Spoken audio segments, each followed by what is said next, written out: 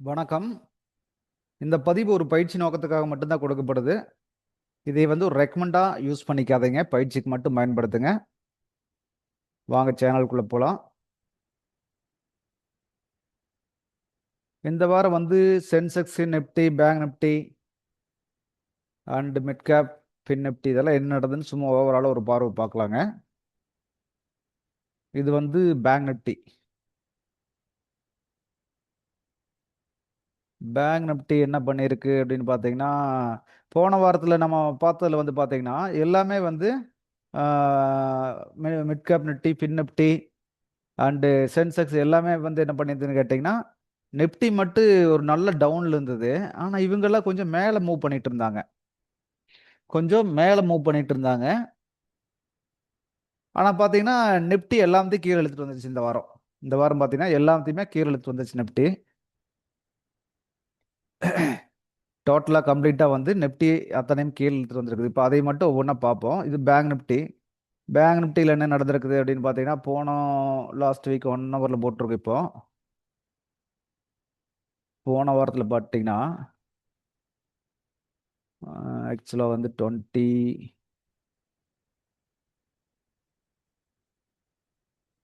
Right. இங்க நின்னுட்டு இருந்தது மார்க்கெட்டு. கிட்டத்தட்ட இங்க நின்னுட்டு இருந்தது. அடுத்த நாள்லேருந்து அப்படியே கீழ சரிச்சுட்டு வந்துருச்சு. கீழ இழுத்துட்டு வந்துருச்சு மார்க்கெட்ட. இப்ப இத ஒரு ஓவராலா பார்ப்போம். என்ன நடந்திருக்குன்னு. இந்த 1 வீக்ல வந்து பார்த்தீங்கன்னா, ஃபர்ஸ்ட் இந்த சப்போர்ட் உடைச்சிருக்கான். அடுத்து இந்த சப்போர்ட்டையும் உடைச்சிருக்கான். இதை உடைச்சு அதுக்கு கீழ ஒரு சப்போர்ட்ல வந்து ஹோல்ட் ஆயிருக்கான். இங்க கீழ ஏதாச்சும் சப்போர்ட் இருக்கான்னா, டெஃபினட்டா ஏதோ சப்போர்ட் இருக்கும். அந்த இடம் வந்து தான் மார்க்கெட் வந்து ஹோல்ட் ஆயிருக்குன்னு தெரிஞ்சுக்கலாம். அந்த சப்போர்ட்ட செக் பண்ணி பார்ப்போம். நம்ம ஏற்கனவே ஒரு பார்வை பார்த்துருக்கோம். அதாவது இது ஒரு ரேஞ்சா இருக்கு. இந்த ரேஞ்சுங்கும்போது வந்து பார்த்தீங்கன்னா, இப்படி மேல போயிட்டுருக்கு மார்க்கெட்டு. அப்படின்னு வந்து பார்த்தீங்கன்னா, இதெல்லாம் ஒரு லெவலா இருக்கு. நம்மளுக்கு சப்போர்ட் லெவலா வச்சிருப்போம். இப்ப அந்த மாரி தான் எந்த லெவல்ல வந்து நிக்குதுன்னு நம்ம இப்ப பார்க்கணும்.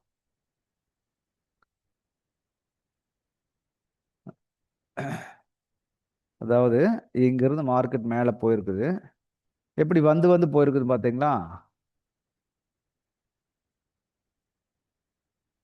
அப்போ இப்படித்தான் ரேஞ்ச். ஒரு ரேஞ்ச் வந்து இந்த மாரி தான் ஒரு அப் ட்ரெண்ட் ரேஞ்ச் வந்து கிரியேட் ஆயிருக்குது.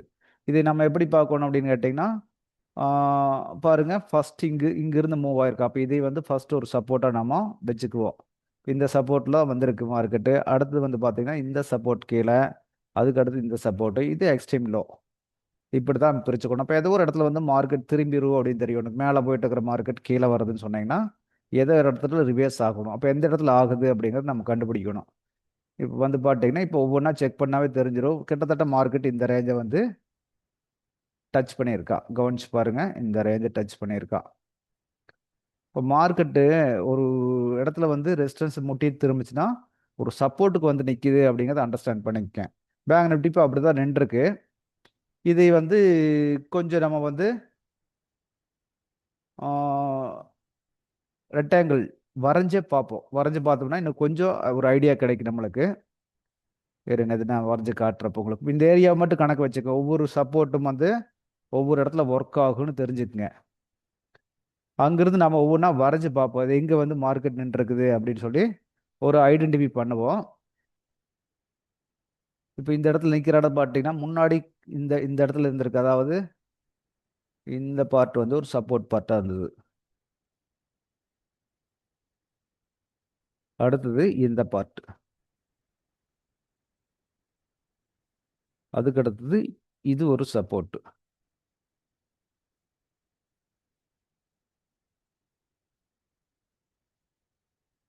அதுக்கு அடுத்தது பார்த்தீங்கன்னா, இந்த சப்போர்ட் வந்துரும். கரெக்ட்டுங்களா? இப்போ அது எந்த சப்போர்ட் கிட்ட வந்து மார்க்கெட் நின்றுருக்குது அப்படின்னு நாம வந்து கண்டுபிடிக்கணும். இப்போ ஒவ்வொரு இடத்துல வந்து என்ன நடந்திருக்குது அப்படின்னு ஐடென்டிஃபை பண்ணா தான் நம்மளுக்கு புரியும். வந்து மார்க்கெட் பாருங்க மேல போயிட்டு கூட வந்திருக்குது. இப்போ இந்த இடத்துல பாருங்க ஒவ்வொரு சப்போர்ட் நான் வரைஞ்ச இடத்த அப்படியே லெங்த்தா இழுத்து விட்டீங்கன்னா பாருங்க கனெக்டிங் வந்து மல்டிபிள் கனெக்ட் ஆயிருக்கும். எதுக்கு இந்த சப்போர்ட்ட சொல்லிட்டு இருந்தேன்னா, இதுதான் கான்செப்ட். ஒவ்வொரு இடத்தையும் பார்த்துட்டீங்கன்னா, உங்களுக்கு ஒரு ஐடியா கிடைக்கும். இங்க பாருங்க எந்தெந்த இடத்துலலாம் கனெக்ட் பண்ணியிருக்குன்னு. இங்கே பாருங்க, இங்கே ரிஜெக்ட் ஏரியா, இது ரிஜெக்ட் ஏரியா, இது சப்போர்ட்டு சப்போர்ட்டு, இது எல்லாமே சப்போர்ட் பிளேஸ். அப்போ இது ஒரு ஜோன், அது இங்கேயே சப்போர்ட் எடுத்திருக்கு. அதே மாதிரி அடுத்த ஒரு சப்போர்ட் நான் வருதுன்னு பார்த்தீங்கன்னா, பாருங்க, இது ரிஜெக்ட் ஏரியா, இது ரிஜெக்ட்டு, இந்த இடத்துல க்ளோஸ் ஆயிருக்கு, இது இங்கெல்லாம் சப்போர்ட் எடுத்திருக்கு. அப்போ இந்த மாதிரி இதை வச்சுட்டு அது எங்கே நடந்திருக்குது, முன்னாடி ஒரு வாரமா, 10 நாளா, ஒரு மாசம், அதெல்லாம் பிரச்சனை கிடையாதுங்க. லெஃப்ட் சைட் கரண்ட் ரேட்லேருந்து லெஃப்ட் சைடு எவ்வளோ தூரத்தில் இருக்கோ அவ்வளோ தூரத்துல இருந்து எடுத்துக்க முடியும், தப்பு இல்லை. அதே மாதிரி இங்கே பாருங்க, சப்போர்ட்டு, இங்கே சப்போர்ட்டு, இங்கே ரிஜெக்ட்டு, இங்கே சப்போர்ட்டு, இப்படி எடுத்திருக்கு. இப்படி மல்டிபிள் கனெக்டாக நம்ம பார்க்கணும். இங்கே பாருங்க, இது சப்போர்ட்டு, இது சப்போர்ட்டு, இந்த இடத்துலயும் சப்போர்ட். அப்போ இன்னும் கூட கொஞ்சம் லெங்க்தி இழுத்து விட்டுக்கலாம் நம்ம. இதோ இது ஒரு சப்போர்ட்டு, இதை எடுத்து பாருங்க எங்க எங்க கனெக்ட் ஆயிருக்குன்னு. இது இப்படி தான் பார்க்க சொல்கிறேன். இப்போ வந்து பார்த்தீங்கன்னா இதெல்லாம் சப்போர்ட்டு, இது ரிஜெக்ட் ஏரியா, இது ஒரு சப்போர்ட்டு. பார்த்தீங்கன்னா இப்படி தான் நம்ம சப்போர்ட்டை தனித்தனியாக வச்சுக்கணும். மார்க்கெட் என்ன பண்ணுது, வந்து அங்கே தான் முடியும், ஏதோ ஒரு இடத்துல முட்டி திரும்புதலையே, வேற ஒன்றும் நடக்கிறதில்ல. ஒன்றும் இல்லை பாருங்க, இங்கிருந்து ஒரே மூவாக கொடுத்துருக்கு மார்க்கெட்டு, இங்கிருந்து ஒரே மூவ். அப்போ என்ன பண்ணியிருக்குது, வந்தாலும் இதே இடத்துக்கு வரணும். பாருங்க, அடுத்தது வந்து இங்கே தான் வந்திருக்கு. ஏன் இன்னும் கொஞ்சம் கீழே போயிருக்கலாம், இதோட நின்றுருக்கலாம். மார்க்கெட் பாருங்க, எக்ஸாக்டாக ஒரு சப்போர்ட்டை தான் பிக் பண்ணுறான் அவன். சுற்றி சுற்றி சுற்றி சுற்றி இது மட்டும் தான் நடந்துட்டு இருக்கு. அப்போ நம்ம இந்த சப்போர்ட் ரெசிஸ்டன்ஸை பர்ஃபெக்டாக வரைஞ்சு பழகிட்டோம், ரொம்ப யூஸ்ஃபுல்லாக இருக்கும்.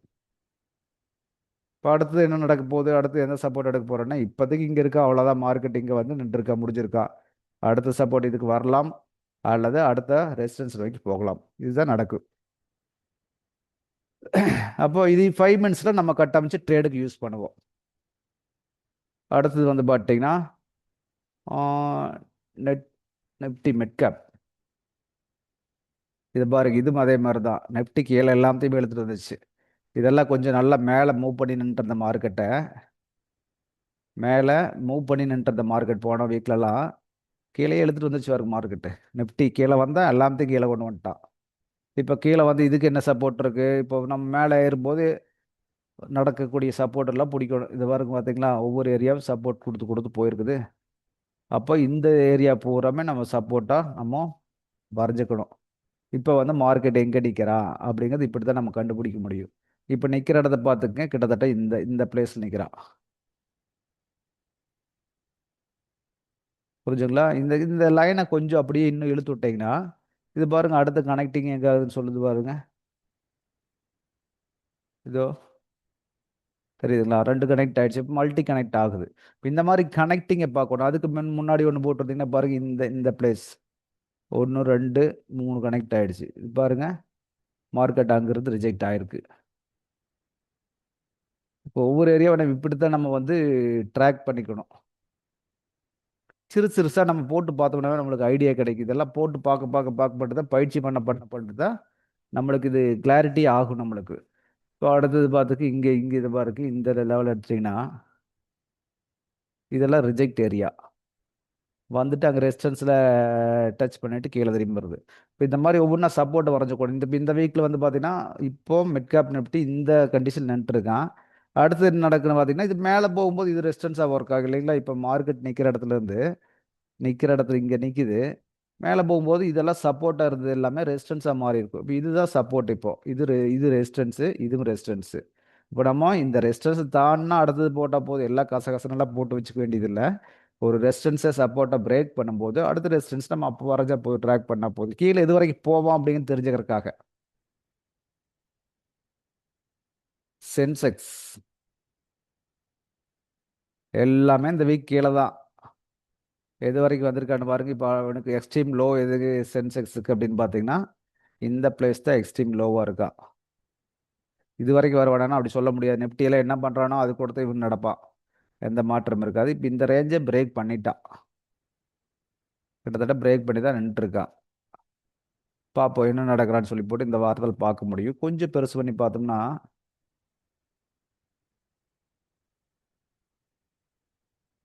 இதை பாருங்க, இது அப்படியே இழுத்து விட்டிங்கன்னா இங்கே கீழே வரும்போது என்னவா இருந்தது, சப்போர்ட்டாக இருந்தது.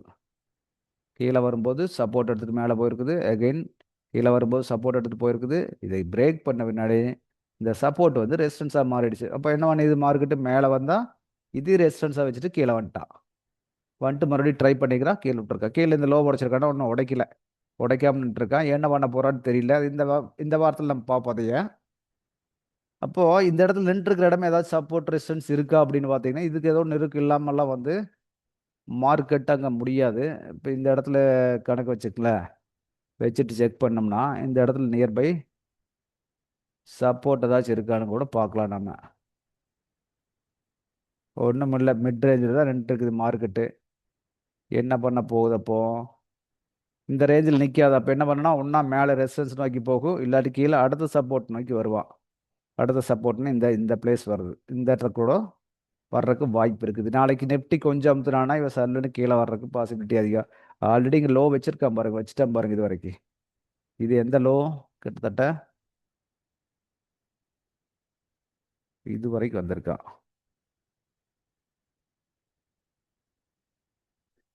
இந்த இடத்துல வந்து பார்த்தீங்கன்னா என்ன சப்போர்ட் இருக்குதுன்னா இந்த இந்த பிளேஸ். இங்கே ஓப்பன், இது இங்கே க்ளோஸ், இந்த பிளேஸை பிக் பண்ணியிருக்கான். இதெல்லாம் எடுப்பலாம்னா எல்லாம் எடுப்பேன். இங்கே பாருங்க, இது இது கண்டினியூட்டி சப்போர்ட் அப்படியே எடுக்குது பார்த்தீங்களா? 5 minutes to 4 hours.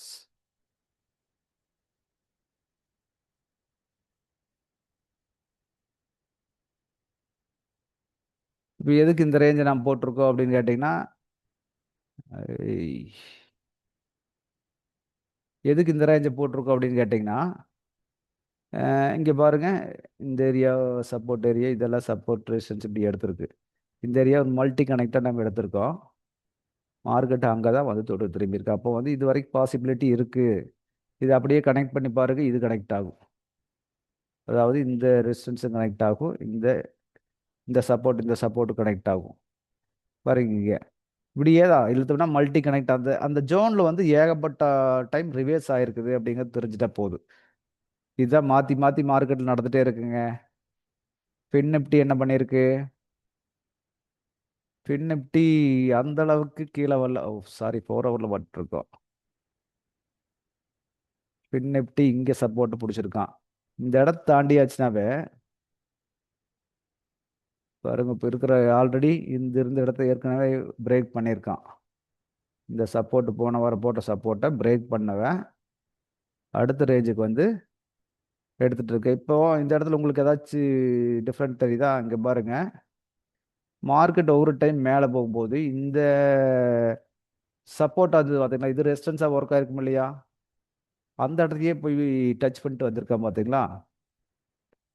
அதாவது இது சப்போர்ட்டாக இருந்த ஏரியா, இந்த ரேட் கீழே வந்த முன்னாடி இது ரெசிஸ்டன்ஸாக ஒர்க் ஆயிருக்கும். அப்போ மார்க்கெட் என்ன பண்ணுது, மறுபடியும் போய் ரெசிஸ்டன்ஸ் இருந்து மறுபடியும் கீழே, மறுபடியும் ரெசிஸ்டன்ஸ் போயிட்டு மறுபடியும் கீழே, இப்போ வந்து இந்த லோவுக்கே வந்து நின்றுருக்கு. அப்போது நம்ம சப்போர்ட்டை பார்க்குறோம். இப்போ செல்லுக்கு எடுக்கிறதுக்கு இது ஆல்ரெடி செல் ட்ரெண்ட் தானே, 1 hour வந்து செல் ட்ரெண்டுக்கு வந்துருச்சு இல்லையா? இப்போ அப்படி இருக்கும்போது இந்த இடத்துல ரெசிஸ்டன்ஸுக்கு அழகாக வந்து செல்லிங்காக நம்ம யூஸ் பண்ணியிருக்கலாம். ஆப்பர்ச்சுனிட்டி நிறைய கொடுத்துட்டே தான் இருக்கான், நம்ம எப்படி பயன்படுத்துறங்க பொறுத்து இருக்கு இல்லைங்களா? இப்போ அடுத்த ரேஞ்சு வந்து பார்த்தீங்கன்னா இவன் நிற்கிறது இந்த இடத்துல நின்று இருக்கான்.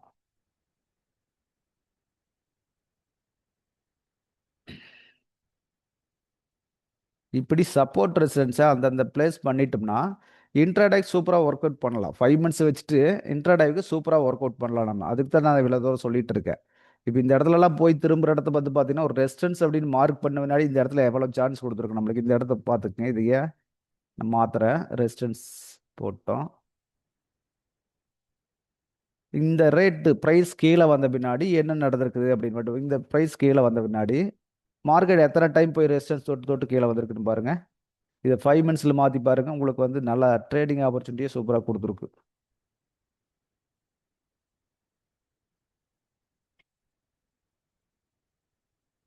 ரேட் பிரேக் பண்ணி வந்துட்டான். எகைன் வந்து என்ன பண்ணிக்கிறான், மேலே ட்ரை பண்ணிக்கிறான். இங்கே ஓப்பன் ஆகி அடுத்த நாள் 21 ஓப்பன் ஆகி இவ்வளோ தூரம் ட்ரை பண்ணியிருக்கான், முடியல. கீழே அடுத்து சப்போர்ட்டுக்கு இங்கேயே வந்திருக்கான். வந்துட்டு மறுபடியும் மேலே மேலே வந்துட்டு இதையே ரெசிஸ்டன்ஸ் எடுத்துக்க. 5 minutes இப்படி தான் போடும். 1 hour ரெசிஸ்டன்ஸை வச்சு ட்ரேட் பண்ணிட்டு இருக்க மாட்டேங்க. 1 hour வந்து ஒரு மார்க்கிங் மட்டும்தான், சப்போர்ட் ரெசிஸ்டன்ஸ் இது மட்டும் தான் மார்க் பண்ணதோடு முடிஞ்சு போச்சு. 5 minutes தான் பண்ணுவோம். எகைன் வந்து மேலே வந்த மார்க்கெட் என்ன பண்ணியிருக்குது, கரெக்டாக இந்த இடத்துலயே வந்து ரெசிஸ்டன்ஸ் எடுத்துட்டு மறுபடியும் இங்கே வந்து க்ளோஸ் ஆகி முடிஞ்சிருக்கா. அடுத்த நாள் இங்கே ஓப்பன் ஆகி மறுபடியும் இந்த ரெசிஸ்டன்ஸ் 1 hour ரெசிஸ்டன்ஸ்குள்ளே போயிட்டு அப்படியே கீழே கீழே வந்தவன் என்ன, இந்த ஏரியா, இந்த ஏரியாவில் சப்போர்ட் எடுத்துட்டு மறுபடியும் ரெசிஸ்டன்ஸ், ரெசிஸ்டன்ஸுக்கு இது வந்து 23 ரெசிஸ்டன்ஸுக்கு போய் தொட்டவன் அங்கிருந்து கீழே இந்த சப்போர்ட்டெல்லாம் உடச்சிட்டு பிச்சுட்டு வந்துட்டாங்க. இல்லை இங்கே வந்தோடனே இந்த சப்போர்ட் இடத்துல ஒரு இது எடுத்திருக்கான் பார்த்தீங்களா? இங்கே சப்போர்ட் எடுத்து கொஞ்சம் தூரம் மேலே போயிட்டு மறுபடியும் அடுத்த சப்போர்ட்டுக்கு கீழே வந்து நின்ட்டான். அப்போது இந்த சப்போர்ட் ரெசிஸ்டன்ஸ்க்கு வர்றது இப்படி தான் வர்ற மார்க்கெட். கொஞ்சம் புரிஞ்சிட்டோம்னா ஈஸியாக இருக்கும். 1 ஹவருக்காக மார்க் பண்ணி போட்டு 5 மினிட்ஸில் நம்ம ட்ரேடுக்கு போகிறோம் அப்படிங்கும் போது ரொம்ப எளிமையாக போயிட்டு நம்மளுக்கு வந்து கரெக்டாக எந்த இடத்துல போய் திரும்புகிறான் அப்படிங்கிறத வந்து இது ரெசிஸ்டன்ஸ் ஏரியா இந்த ஜோனுக்கு வந்தோடனே திரும்புகிறான். அப்போ கீழே வந்து ஒவ்வொரு லோவை உடைக்க ஆரம்பிக்கும் போது மார்க்கெட்டு அடுத்தடுத்து அதாவது ஹையை உடைக்காமல் கீழே வர்றாங்கிறது தெரியும். நம்மளுக்கு மார்க்கெட் ட்ரெண்ட் என்ன ட்ரெண்டில் மூவ் ஆகுதுன்னு தெரியணும். ஒன்லி லோவை மட்டும் உடைச்சிட்டு வந்துட்டு இருக்கான் அப்படின்னு புரிஞ்சுனாவே ரொம்ப சிம்பிள் ஆகிடும் நம்மளுக்கு. இந்த பழக்கத்துக்கு கொண்டு வந்துட்டே இருக்கணும். நம்ம ப்ராக்டிஸ் பண்ண பண்ண தான் ஈஸியாக இருக்கும். நான் வந்து நிஃப்டியோட அப்டேட்ஸ் எல்லாம் வந்து டெலிகிராமில் கொடுத்துட்ருக்கேன் மார்னிங். அந்த அப்டேட்ஸு என்ன கொடுக்கணும் அதை தான் வந்து ஈவினிங் எக்ஸ்பிளைன் பண்ணிகிட்டு இருக்கேன். யூடியூப்பில் வந்து வீடியோஸில் எக்ஸ்பிளைன் பண்ணிகிட்டு இருக்கேன். அப்போ அதை கொஞ்சம் பார்த்தீங்கன்னா உங்களுக்கு ரொம்ப சப்போர்ட்டாக இருக்கும். புரிஞ்சுங்களா? அப்போ ட்ரேடுக்கே வந்து நீங்கள் அந்த டெலிகிராம் லிங்கை வச்சு யூஸ் பண்ண முடியும். பாருங்கள். இந்த பதிவு பிடிச்சிருந்ததுன்னா லைக் பண்ணுங்கள், கமெண்ட் பண்ணுங்கள். அப்போ தான் வந்து நான் அடுத்தது இன்னும் கொஞ்சம் கிளாரிட்டியாக கொடுக்குறது என்னங்கிறத நான் முடிவு பண்ணிக்க முடியும். ஓகே, அடுத்த ஒரு பதிவில் சந்திக்கலாங்க.